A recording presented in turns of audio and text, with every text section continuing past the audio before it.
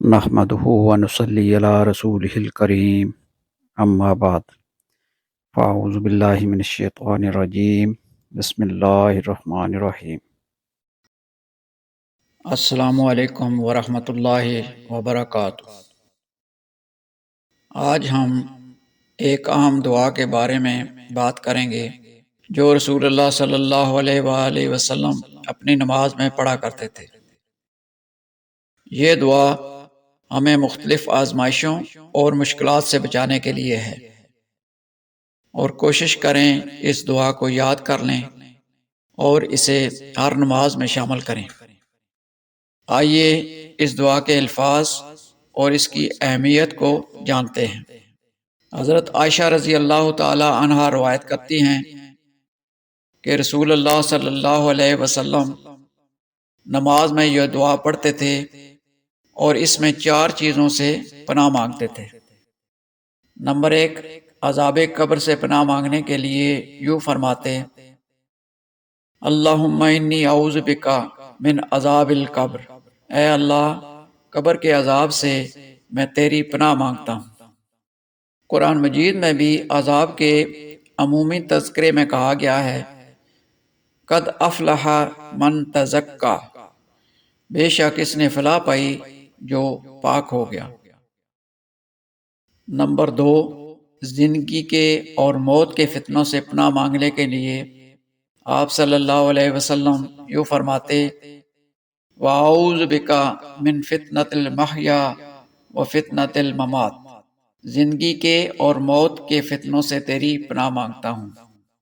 قرآن مجید میں بھی ارشاد ہوا: کل نفس ذائقۃ الموت وَنَبْلُوَکُم بِالشَّرِّ وَالْخَیرِ فِتْنَۃ وَإِلَیْنَا تُرْجَعُونَ، ہر جان کو موت کا مزہ چکھنا ہے اور ہم تمہاری برائی اور بھلائی کے ساتھ آزمائش کے طور پر آزمائیں گے اور تم ہماری طرف لوٹائے جاؤ گے۔ نمبر 3، پھر آپ صلی اللہ علیہ وسلم فتنہ دجال سے پناہ مانگنے کے لیے یوں فرماتے: وَأَعُوذُ بِكَ مِن فِتْنَةِ الْمَسِیحِ الدَّجَّالِ، دجال کے فتنہ سے تیری پناہ مانگتا ہوں۔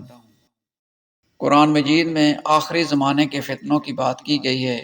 اللہ تعالیٰ ارشاد فرماتے ہیں: فَيَوْمَئِذٍ لَا يُعَذِّبُ عَذَابَهُ أَحَدٌ، پس آج اللہ کے عذاب جیسا عذاب کسی کا نہ ہوگا۔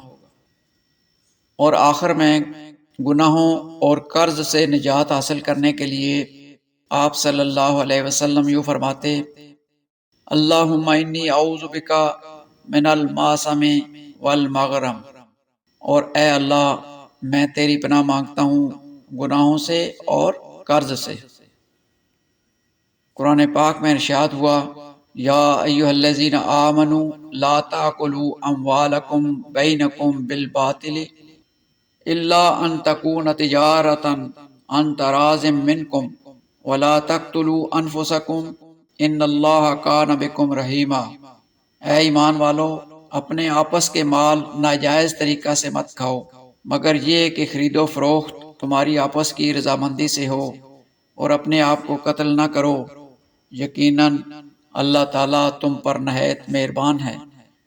اس حدیث میں ام المومنین حضرت عائشہ صدیقہ رضی اللہ تعالی عنہا نے آپ صلی اللہ علیہ وسلم سے عرض کی کہ آپ تو قرض سے بہت ہی زیادہ پناہ مانگتے ہیں۔ اس پر آپ صلی اللہ علیہ وسلم نے فرمایا کہ جب آدمی پر قرض ہوتا ہے تو وہ جھوٹ بولتا ہے اور وعدہ کرتا ہے تو اسے توڑتا ہے۔ یہ دعا ہمیں یاد دلاتی ہے کہ ہم اللہ سے مدد مانگیں اور اپنی نمازوں میں اس دعا کو شامل کر کے اللہ تعالیٰ سے پناہ طلب کریں۔ اللہ تعالیٰ ہمیں قرآن و سنت کی تعلیمات پر عمل کرنے کی توفیق عطا فرمائے، آمین یا رب العالمین۔ والسلام علیکم ورحمۃ اللہ وبرکاتہ۔ وآخر دعوانا ان الحمد للہ رب العالمین۔